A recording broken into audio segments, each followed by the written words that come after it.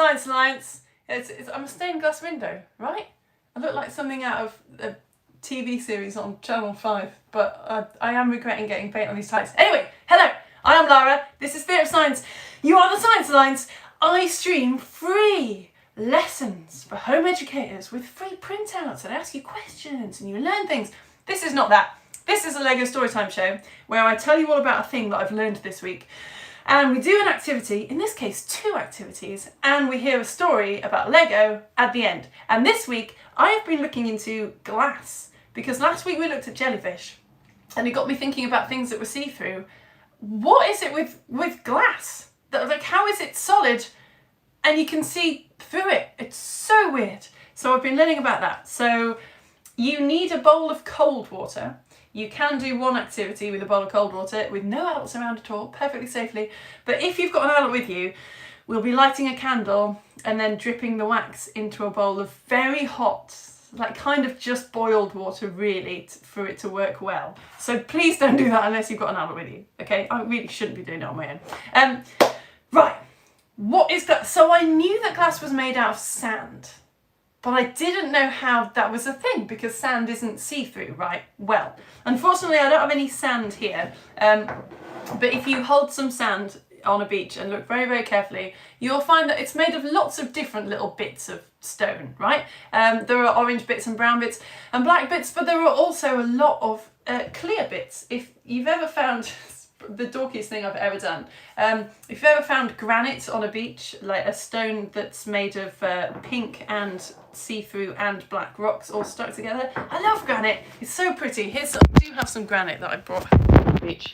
The white bits in granite are quartz. That's the white stuff, the clear through grains that you find in sand. It's also found in granite. It's a big chunk of it, this crystal, I don't know, someone bought my child. So that is quartz. So when we say that glass is made of sand, really it's made out of quartz. The see-through bits in sand, it's a crystal. Quartz, it turns out, is really weird. So a lot of crystals, like ice, is a crystal, okay? A crystal is something where the particles are really organised. They're arranged very, very neatly, like in rows or whatever. They're very organised. So ice, it's a crystal, the particles are all organised.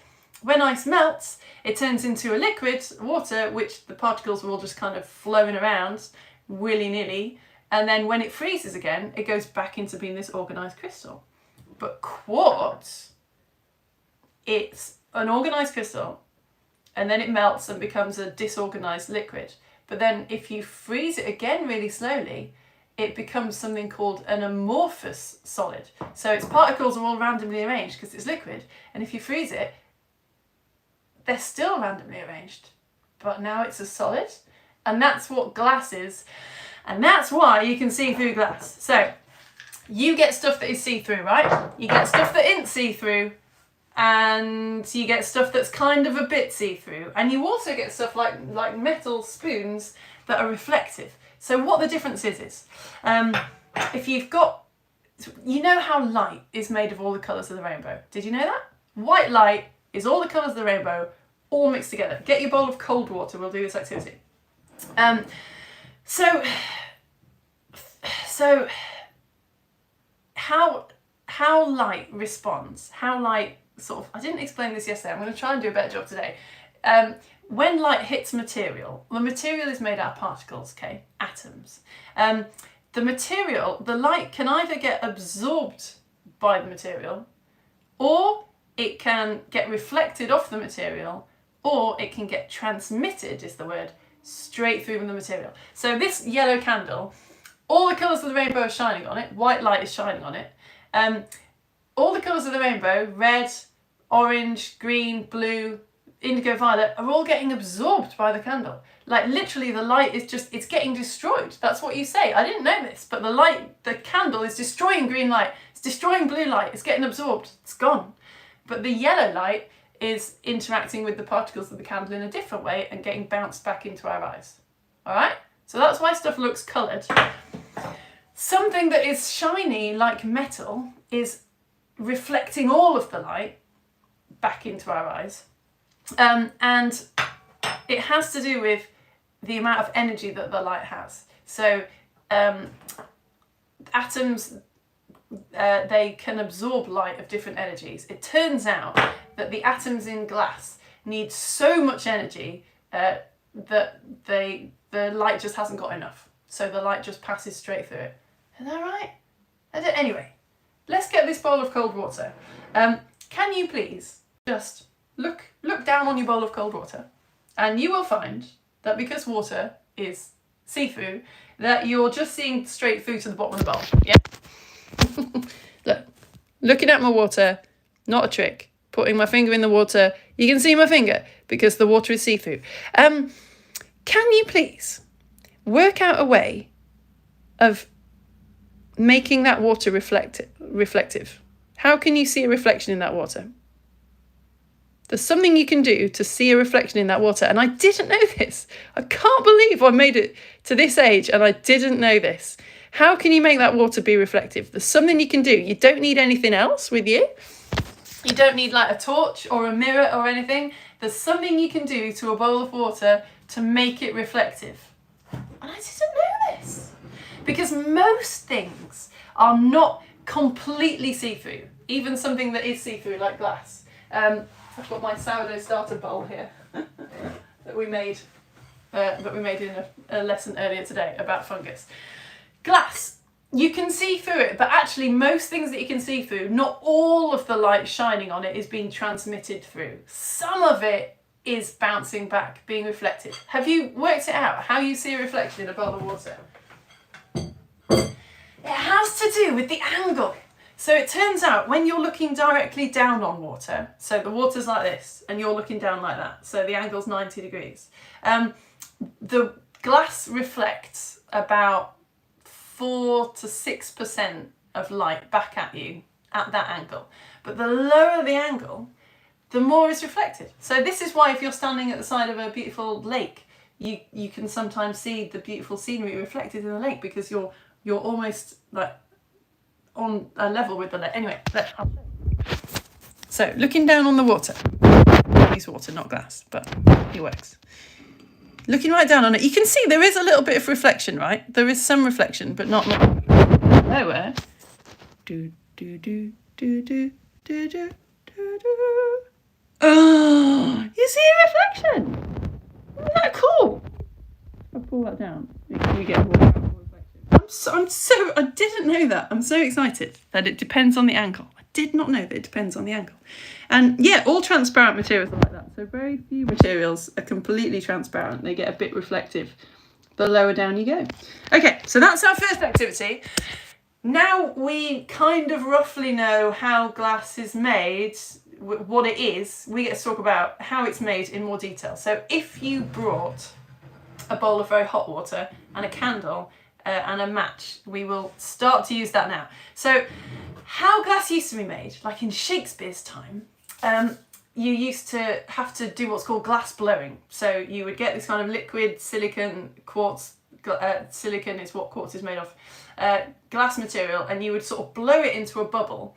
And then to make flat glass, you just have to kind of pop the bubble, spin it around a bit, and that would be your flat glass. So that was called crown glass. If you've ever seen really old-fashioned windows, you might have seen this kind of, it almost looks like the bottom of a bottle. Look, here's a picture.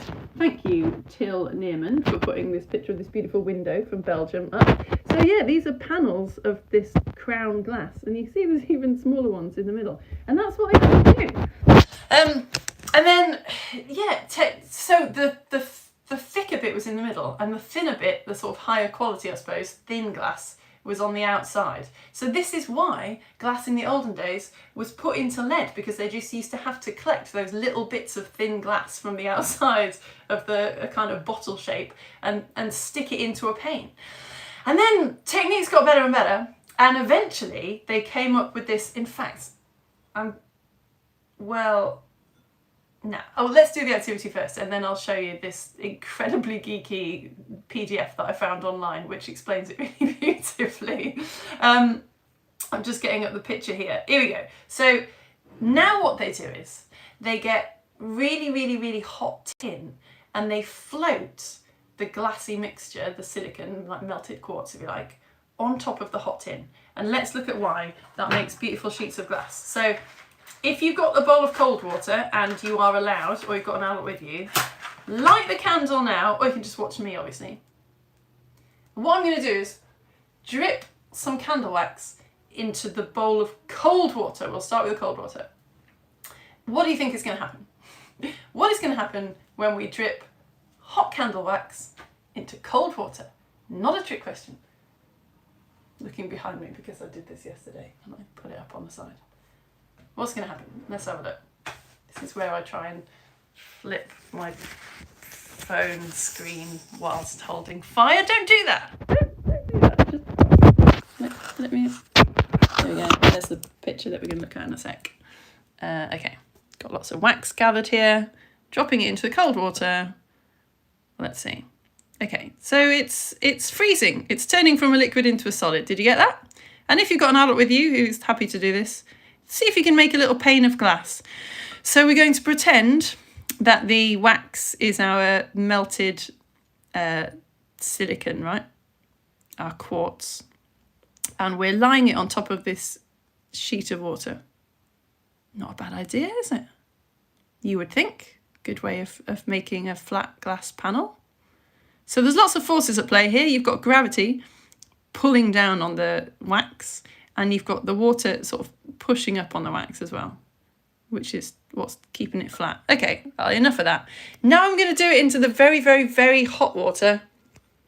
What do you think is going to happen? Going to be the same? Or going to be different? Should we try it? Let's do it.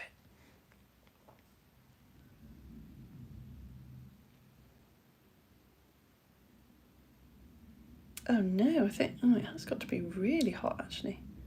Even this is it's not quite as hot as I wanted it to be. Well, it's better when it's really like just spoiled. I've obviously chatted on for too long. It's not too bad. Just debating whether to, because I was really late starting last night, I'm just debating whether to go downstairs and get some really boiled water. I might do it. Just to show you the proper difference. Anyway. Boop. Hello. Yeah, it's all right. Man, that is really, really hot water as well. It obviously really does have to be just boiled. Well, it's a little bit thinner. I'm going to do it. I'm going to do it properly. While you're doing this practical activity, I'm going to go and get really, really boiled water because I want to show you the difference. I'm just going to grab my kettle, okay, and bring it up here.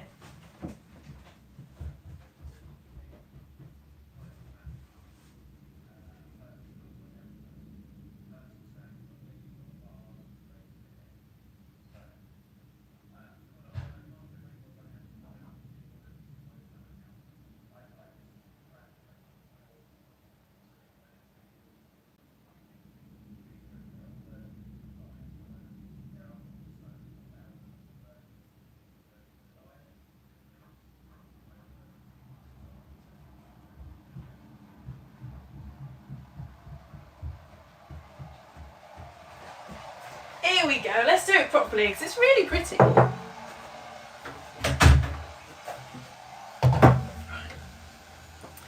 So, one more time.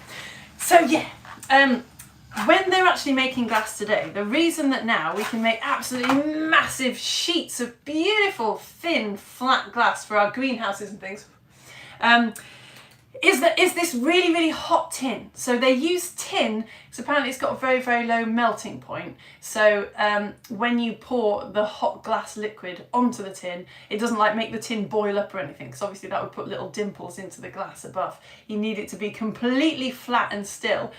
And you also need it to be denser than the glass material, right? Stuff that is denser sinks. So our water is denser than our candle wax. So it's staying on the bottom. Wouldn't be any good if it floated to the top. All right, one more time. This is just boiled water. Oh wait, yeah. Let's bring it out. Wow, it's really hot. Okay, let's see what this is going to look like. Oh, there you go, look. So the just like the tin would have to be really hot. This water is really hot And can you see that someone said on Facebook yesterday, it looks like olive oil because the wax isn't cooling down straight away. What we're getting is a really, really thin puddle of wax. Oh, it's so pretty. It was worth doing it properly. And I can add more and more and more wax, can you see? And it just spreads out. It doesn't clump like the really cold one did. So I'm getting a lovely, what I could end up having, if this was glass, is a really, really lovely big pane of glass, and that will cool down really, really slowly. And this was called I think the Pinkington method, which was only developed like fairly recently. Okay, I'll blow that out now. Here we go for the total nerds. Oops, it's very smoky. Here we go. I found these beautiful diagrams for you in this PDF. Do you see how much reading I do for you guys? Where is it? Here we are. So the glass. Oh my goodness. So much smoke. Stop. Here we go. So this is the glass coming on, and this is your liquid tin here, and this tweel thing controls how thick the glass. It's still smoking. Just stop. Shush. There we go. I thought that was quite interesting. So that's how they make big panes of glass now. I don't know what the onion is. I'm sorry. Right. Phew. Okay. So what you end up with, what I did yesterday, is when it's all cool and you take it out, if you turn over your wax that you poured into the cold water, you see it's all bumpy. That is not a good window. So you need tin because it can be really hot and still, and that's when you will get this little kind of sheet of wax. So I'll let that cool down now. Right, you go over there, dude. So, glass is made out of quartz, actually, and when you melt sand down, then you can take the impurities, the bits of sand that aren't the quartz out, and you're just left with quartz. And when the quartz cools down, it stays in this kind of random arrangement of particles, which is what an amorphous solid is, unlike, say, chocolate or glass, which when it cools down again becomes that same kind of crystal structure. And you make it by putting it onto hot tin. And let's do Lego Story Show. Well, this is the Lego Story Show. Let's do the Lego Story bit of the Lego Story Show. Kettle, you can go there. Thank you for your good work today. Computer, you can come over here because I need you for the Lego Story. Bowl, you can go over there. Tape measure. Why are you there? I don't know.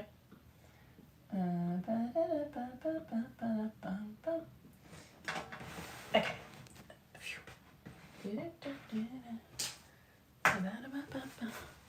You can come over here. And you can come over here. Right. You can go there. Awesome. What was that? Oh, my priest. Having a bad day. Okay. There we go.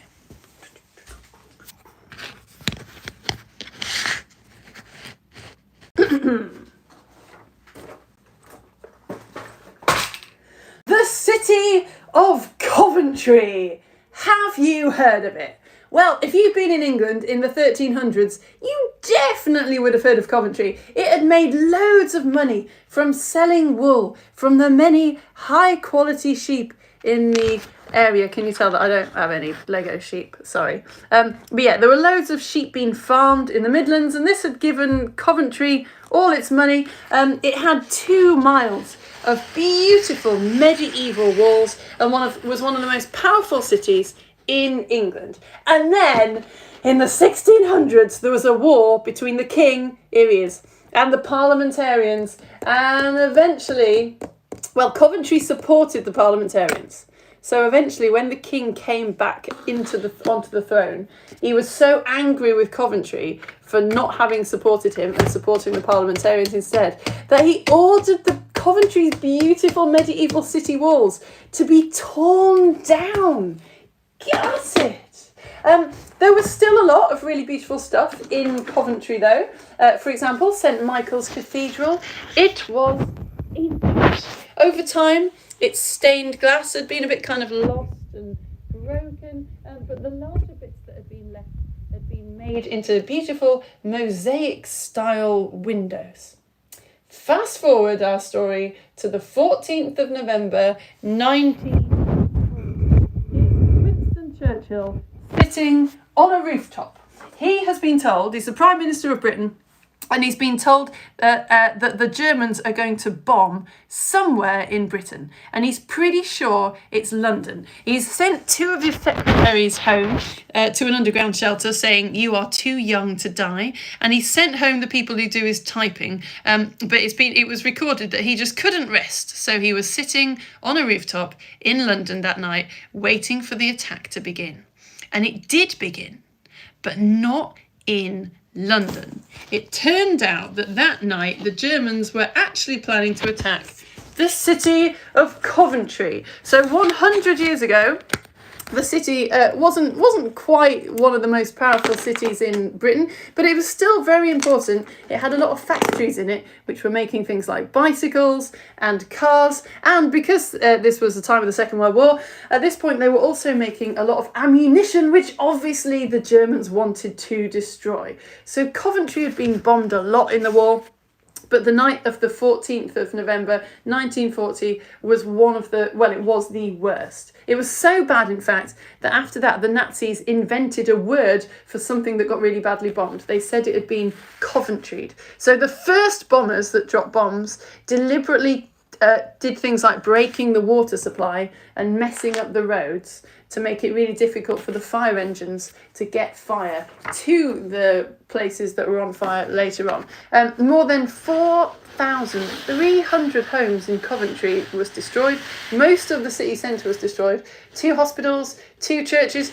A lot of people died too, but not as many as might have done because of something called trekking, which I've just learned about. Trekking in the Second World War was where people who lived in cities went out of the city to sleep elsewhere, just for the night, and then they'd go back into the city to do their job. So some of them slept in their cars, some of them just slept outside, and a lot of them went to air raid shelters as well, which was safer than houses. But the city and the cathedral were left in ruins. So here is St Michael's Cathedral, the Cathedral of Coventry, before it got bombed.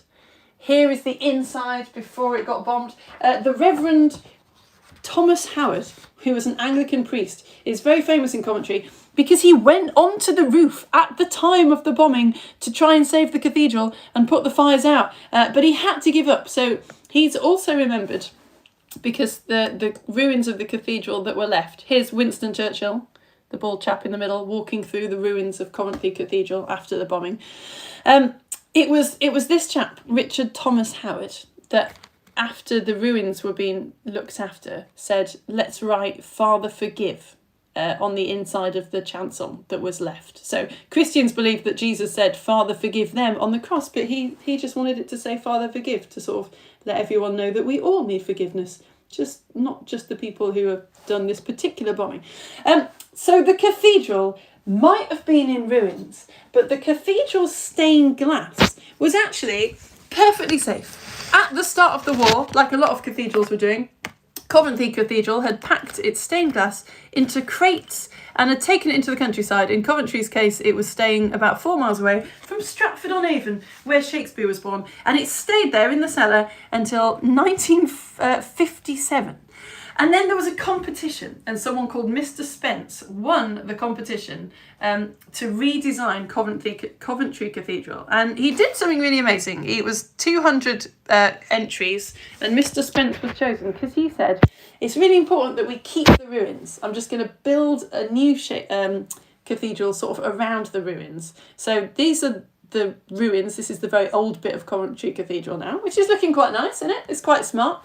And this is the tower which survived the bombing. That's from like the 1370s. If you stand up there and you look down, you see this bit, which is Mr. Spence's new cathedral. But I might be thinking, that looks a bit of a mess. But when you step inside, you see what Mr. Spence did with all the stained glass that was saved. And it's really quite beautiful. So that's what it looks like on the outside. And that's what it looks like on the inside. Isn't that gorgeous? This absolutely enormous tower made of all this different stained glass. So what has been done with Coventry Cathedral has arguably made it more famous than it was when it was built. So before the bombing. Here's my particular favourite, this sort of quite spooky looking person with this hat. The story of Coventry Cathedral is of particular interest to me because I live in a city that used to be incredibly rich and then sort of became less and less rich in England, and it has beautiful medieval stained walls. It's the city of York. But in that war in the 1600s, when the king was fighting the parliamentarians, York just happened to be on the side of the king. So the king was very happy with York and said, all right, your beautiful medieval walls can stay.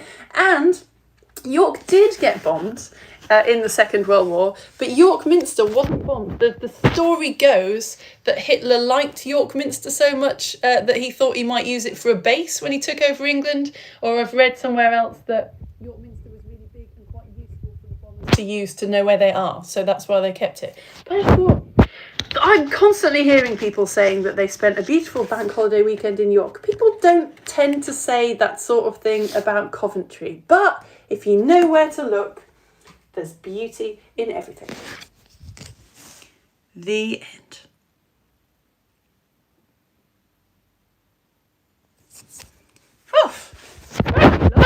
That is the end of my Lego story show, which is the end of my Lego story show about glass. Thank you so much for joining me. I'm feeling quite emotional now. I feel so bad for Coventry. I mean, you know, in some ways it's a much cooler city than York. York is sort of still pretending that it's the medieval times, which makes it very beautiful. Also a little bit boring. Yeah, it's interesting how you know, what a city is like is often absolutely no fault of the city. Oh, shall we have a look at my beautiful big piece of glass? I want to get it out of the bowl, but might be a mistake, but I'm going to try anyway. Don't you put your fingers into your really hot water, okay?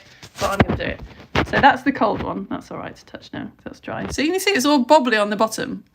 So the water hasn't sort of pushed back enough, and that, yeah, that's not going to look very nice, is it, in your door? But this one, should I? Oh no, I better not. It's still a bit wet, isn't it?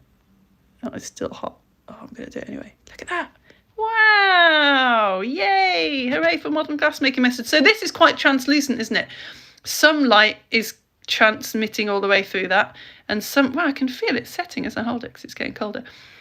So light is getting a little bit through there, but eventually it's bouncing off the atoms in the wax and bouncing back, which is why it sort of looks a little bit see-through, but not totally see-through. Okay, right, flipping you round. I'm going to go over to my Facebook page now, because whenever I'm live on YouTube, I always put up, oh no, I've dropped it back in and now it's cooling down again, that's bad. Whenever I'm live on YouTube, there's no comments on YouTube, I put up a post on my Facebook page saying you can always comment on my Facebook post if you like. If you're watching on catch up, thank you for watching on catch up. I was just saying in my fungus lesson that it makes a huge difference to me, people watching on catch up. Couldn't have everyone watching live, it'd be an absolute disaster. So yeah, if you're one of these people who doesn't ever see me live and just is watching in the future, hello, and thank you very much, this is very kind of you. Right, let's have a look on my Facebook page and see if anybody has written me a message. I know that some of you are having science day today, like me. Some of you come to the all ages lesson at 9 o'clock, and then you come to the Lego Story Show at 10:30. Oh yeah, here's E. Oh, bobbly glass. Oh, frosted glass of bat. Oh yeah, that's a good point. Right, let's get to these comments. I should say, in fact, I should have put a link up, and I forgot. If you want to support me, that's how this business model works. Most people who watch these are giving me £5 a month. If you think that this is worth £5 a month, if you pay for other lessons, then you can pay for mine if you want to. It's just a ridiculously great business model. I don't know how I'm managing it, but I am. So there's enough people watching that £5 a month is enough from you to keep me going. This is my job. This is my job. So yeah, thank you very much. And if you sign up to support me with £5 a month, I'll send you nice things. Sign up with £5 a month, you will get the latest issue of Theatre of Science magazine, which comes out incredibly sporadically, just whenever I've finished it, which it always takes ages. But it's all about acids. It's got beautiful comics. It's got choose your own adventures. It's basically like the Lego Story Show if I had loads and loads and loads of time to get it exactly how I wanted it before I gave it to you. So it's got ideas for fantastic activities. It comes with some free sour sweets because acid tastes sour, so that you can eat some sour sweets and read about how they taste sour.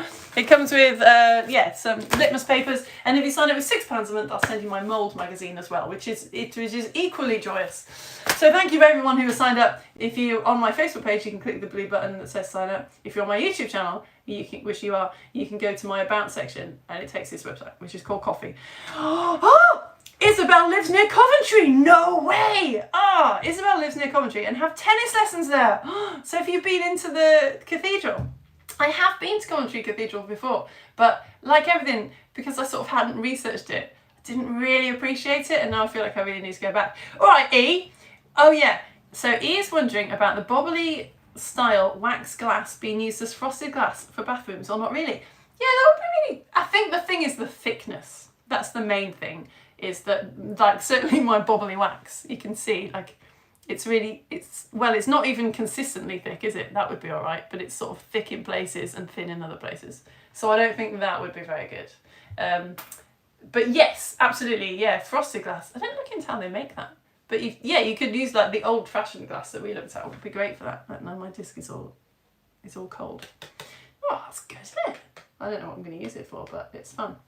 All right, Izzy and Elodie playing catch up as we had a brilliant home ed day at the Science Museum. Oh, you went to the Science Museum, so jealous. Oh, so cool. Did you see their cloud chamber that they've got with like the dry ice, and you can see particles, like alpha particles and beta particles whizzing through. I love that thing in the Science Museum. Hello, Arthur and Albert. Happy Science Day, you two. I'm just getting rid of the wax and water from my screen. Hello, Daisy and Jay and Daniel. We will watch this lesson slightly delayed, but it will be today. Hello, if you're watching today. Happy Science Day to you lot. Now we found you. Oh, thank goodness. Harriet, thank you for finding me. Sorry about the false start. That was so annoying. All right, Jack. Hello. Hi, Jack, if you're still here. Jasper is excited to watch this again. He loved watching last week and can't wait for today's Lego Story Show. Oh, Jasper, hello. So I've had my way and we've done glass. Next week, there's been a lot of call for guinea pigs. So I think next week we're going to do guinea pigs, maybe versus hamsters. That's what someone asked for, which is pretty good. Because I don't know anything about guinea pigs or hamsters. Let's do guinea pigs versus hamsters next week. Hello, Shuki and Arthur. Oh yeah. Good to see you. Hello, Alice. Thank you so much for the magazines. We love them. We have just made the mold terrarium and about to find our test foods. Thank you, dude. Seriously, thank you so much. That's so exciting that I put, it's so weird. Like, it's not very complicated physics, is it? But just like me putting a magazine in an envelope and writing your name on it. And then now you've actually got it. It's really cool. I love the postal service. I ordered some new stamps the other day and I'm so excited by them. I get all my stamps from my magazines from these sort of discount stamp websites where they're legitimate, they're proper legal stamps, but they're old, so they're cheaper. And they're so good. Can I show you them? Where are they? Oh, they're the best. I don't know where they are. Actually, I just got a whole new delivery. So here, open them with me. Oh my goodness, these are well wrapped up. Sorry, I'm getting distracted. Look, these are my new stamps that came through my door. Gus! Alright, fun Gus. Hello, Margot and Jan. Lots of experimenting with candles. Oh, safely, right? Yeah, of course, safely. The magazines are fabulous. Oh, that's very sweet, thank you. Oh, that's really nice, thanks, E. Cody and Emily are both here. Loving the experiment. Yeah, right. I was very proud of those experiments today. Two experiments that we've never done before on theatre science. I should have eked them out, really. Hello, Etienne, how are you? You made a very cool lump of wax. Oh, nice! We sort of have done that experiment a bit before, haven't we? Because there's a Chinese New Year tradition where you drop, I think it's lead into water, and the shape that it makes, you can tell your fortune. So we've done that, dropping wax into water actually, but we haven't done it this way. Hello, Miriam and Esme. Love the experiment. Oh, you're going to York next week, so it better not be boring. No, it's not boring. It's gorgeous. It's absolutely gorgeous and wonderful. It's just like if you've lived here for years, it's a bit like, there's another tea room opening. That's nice.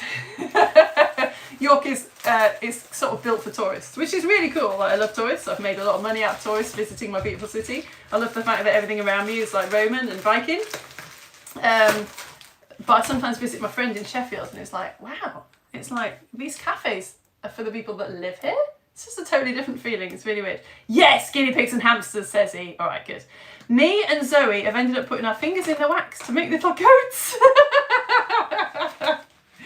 Oops. Safety, of course. Don't make little coats. I mean, do. It's fine, probably. Don't anyone else make little coats.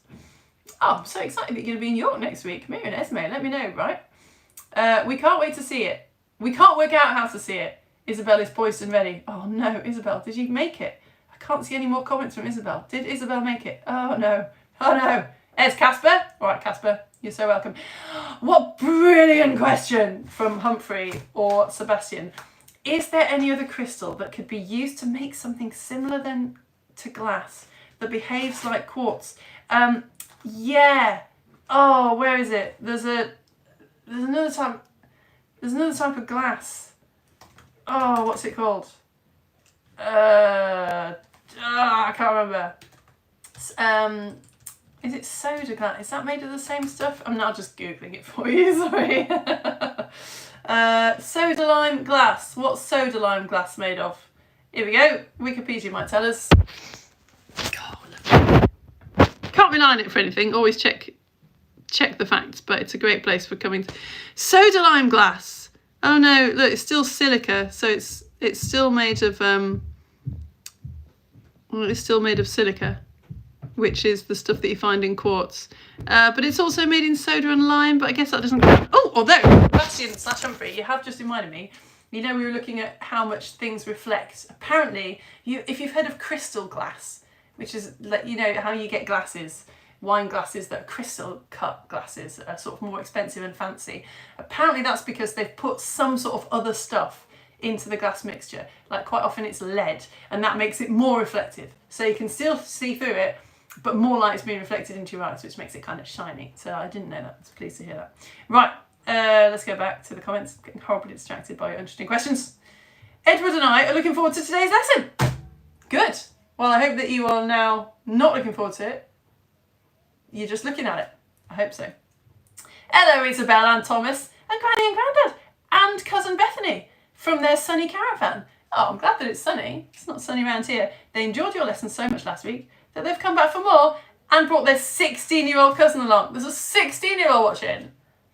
I suddenly feel really embarrassed. P.S. Granny and Grandad are now able to impress their friends when swimming in the sea because they're able to point out the different features of the jellyfish that often swim by them. Oh, that's nice. That's good, isn't it? What was the difference? Don't be pointing out the features of the compass jellyfish, right? Granny and Grandad, just get out of the water, okay? But if it's a moon jellyfish, apparently that sting isn't so bad. I remember from last week. Hello, Aurelia. Hello. Found it. Yes, Casper. Good. Hello, Imogen and Ophelia having Science Day. Oh, Isabel found it. Whew! Isabel and Louise are here. Thank goodness. That's great. Yeah, I'm sorry. It's so annoying. I have a lot of love for Facebook. I mean, Facebook is how I have my job. But at least on Facebook, if I accidentally start a lesson and stop it, I can just go straight back into the lesson and you know where I am. Whereas YouTube just goes, oh, you're done. Good. And then I have to set it up all over again. All right, Edmund. Oh, Edmund, I forgot to say. I don't really know what to say. I love clearing up misconceptions here on Theatre Science. Yeah. Loads of people think it's this myth that is everywhere that glass isn't a solid. It's actually a very, very slow moving liquid. It's such a great piece of information that is not true. I think it comes about because of a lot of very old medieval glass being thick at the bottom, which is presumably just for sort of structural reasons, if it happens at all. But yeah, because a lot of very old glass is quite thick, people have this idea that glass like slowly runs because it's a really slow moving liquid. That is not it's good, isn't it? It is good, because otherwise medieval glass would eventually just end up as puddles on the floor, and it doesn't, because it's just a solid. Thanks, I can't believe I forgot to say that earlier on. Hello, Jacob. Oh, Iris is here as well. Hello, Iris. Sorry, I didn't know you were there. Lara, are you now in your new loft conversion as your background is very different? Yeah, I am. Well, I'm not. The kids are in the loft conversion. I'm in the bit of the house where the kids used to be. Yeah, it's all, I know, it's good, isn't it? It's very blue. It's a shame because I've got a lot of very dark blue clothing that I can't wear now because otherwise I look like a floating head. Hello, Sylvia. Is the link working? It still says video removed. Oh, sorry. Yeah. That link is not going to work now. Hopefully you did find it. We learned that glass is not a solid liquid or a glass. It's an amorphous solid, which means it moves. Oh, I haven't read that. As far as I can tell, it's just a solid. An amorphous solid is still a solid. It's just a solid where the particles are all mixed up. We still can't get the video. Oh, okay. Casper and Iris finally found it. That's good. Yeah, I should have removed that link, shouldn't I? I should have gone to Facebook and removed the link. I mean, everyone who's commenting, I think, has found it, so that's good. It's just, yeah, if you follow that link now, it's just going to say, because I had to delete it. All right, I will refresh and show you these stamps. Ah, I'm so happy. So anyone who signs up now, is going to get these. Look at them. So they're first class stamps and they're legal to use, but they were just a little bit cheaper than normal first class stamps, even though they're obviously better. Love it. I love it because I never know what's coming as well. One time I ordered my cheap stamps and I just got a load of pictures of like potatoes and avocados, if anyone got any of those. Oh, Rose and Pearl, there you are, hello. Let's go to news comments before I go. There's Shuki and Oza and Eunice and so. Oh, you've noticed the croissant sheep. Good. There's a bit of a theme in. I was hoping that someone would notice that. If ever I haven't got the right bit of Lego, I just use a croissant with something stuck to it. Love guinea pigs. Harvey loves guinea pigs. Excellent, Harvey. Okay, that's good. I'm going to get researching guinea pigs. Hello, Willow. Loving the lessons. Our yeast from our last experiment exploded. That was a lot of emotions in that one sentence. Loving the lessons and some yeast exploded. I hope that's okay. Hello, Fatima and Ubaid. It's our first time watching live. We enjoyed the experiment from Abu Dhabi. You are literally live in Abu Dhabi. Are you kidding me? That is so cool. I'm so into the song. It's not all about me, but that's really cool though. Do you think I can say like international now? If it's just you guys? That counts, right? Yeah. Hello, Edward, Annabelle, Evelyn and Rose. We made a stained glass picture last month. Oh yeah, if we're talking about amorphous solids, I don't know if you've ever done that thing where, you know, you get boiled. This is like in all of the craft at home books that I read in the 90s, this was always a thing. You like made a biscuit dough and then you cut out the middle of the biscuit dough and then you mashed up some boiled sweets and put them in the centre. And then when you baked it in the oven, the boiled sweets melted and it made like a stained glass window biscuit. Not something that I would let my children eat, but apparently it's really fun. But boiled sweets are actually an amorphous solid as well. Yeah. See, all the interesting stuff comes out after I've been chatting on for 25 minutes in the comments. Okay, good. E is very keen on guinea pigs versus hamsters. You've made, I didn't know that, Edmund. You've watched glass being made at the National Glass Centre. That is very cool. It looks a bit like a flower. It does look a bit like a flower. Yeah, it does. I must say, I kind of prefer the bobbly one. Maybe I could turn it into like a little sheep to use next time I need a sheep in a Lego story. Not a very happy sheep, but still a sheep. Okay, whoa, what? Oscar has just been to Shakespeare's hometown, so he wanted to show you this picture. Oh, I was in Shakespeare's hometown over the summer holidays, and I saw that statue, because it's right near Shakespeare's birthplace, isn't it? And then Sebastian and Humphrey, I've got to your excellent question about any other kind of crystal being used to make something similar to glass that behaves kind of like quartz. Well, boiled sweets, there you go. We finally got to the answer. All right, you lot. Whew, I'm going to go because my throat is getting a little bit sore despite my beautiful tights legging. So I'm going to go and plan out hamsters versus guinea pigs. Next week, we've obviously got another lesson on fungus and another IGCSE physics lesson for people that come to those. I'm going to go and start throwing stuff into envelopes for you, for my supporters. Thank you so much if you've just signed up. It's so wonderful to see. And yeah, I'll see you all very soon. Thank you so much for coming. Bye.